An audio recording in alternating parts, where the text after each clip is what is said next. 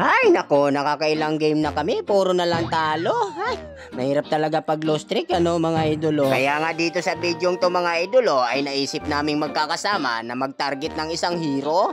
At dito nga, may nakalaban kaming Layla. Kaya naman, panoorin nyo kung ganong ginawa namin sa Layla rito. At dito nga, mga idolo, nag-usap kami ng kasama ko rito na i-first blood namin itong Layla. Kaya panoorin nyo. At yun nga, mga idolo, nagbigay na ako ng hudyat kay Chupapi Munyanyo na sipain niya na si Layla rito. Kaya ayun, na first blood si Layla rito. At dito nga, sinabihan ko si Cho na abangan niya sa second tower para paglabas ng Layla, hindi na makapunta dito sa first story niya. Ay naku naman talaga, mga idolo, labis talaga akong naawa sa sinapit ng Layla rito. Dito nga, mga idolo, kabubuhay lang ng Layla rito. Kaya ayun, pinatulog agad ni Chupapi Munyanyo. Kawawa naman yung Layla rito, mga idolo.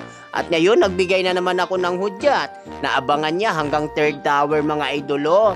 Ngunit sa pagkakataong ito, mga idolo, mukhang sinuwerte yung Layla rito. Abay, biruin mo, nakatakas pa ang loko. Ngunit hindi lang yun ang swerte niya, idolo. Biruin nyo, pati yung Chupapi Munyanyo ay nabigyan niya rito. Ngunit sa pagkakataong to, mga idolo, siya ay nagkamali ng inaakala. Dahil tinawag ko si Yen dito at yun nga, kinulong niya sa kanyang domain expansion, mga idolo. At dito nga, mga idolo, sa muling pagkabuhay ni Chupapi Munyanyo, agad niyang hinanap ang Layla rito at ito'y kanyang pinagsisipa na parang ganito.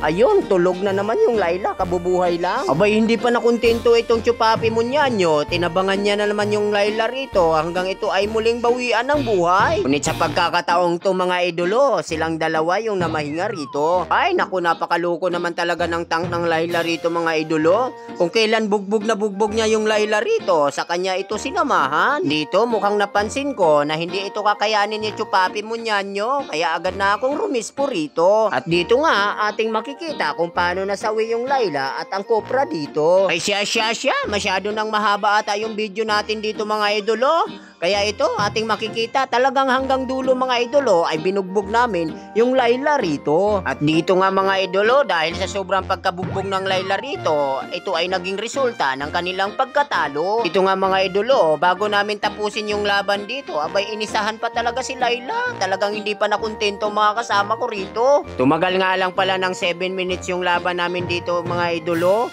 At dito nga, walang kahirap-hirap, mga idolo, nakamit namin ang aming panalo.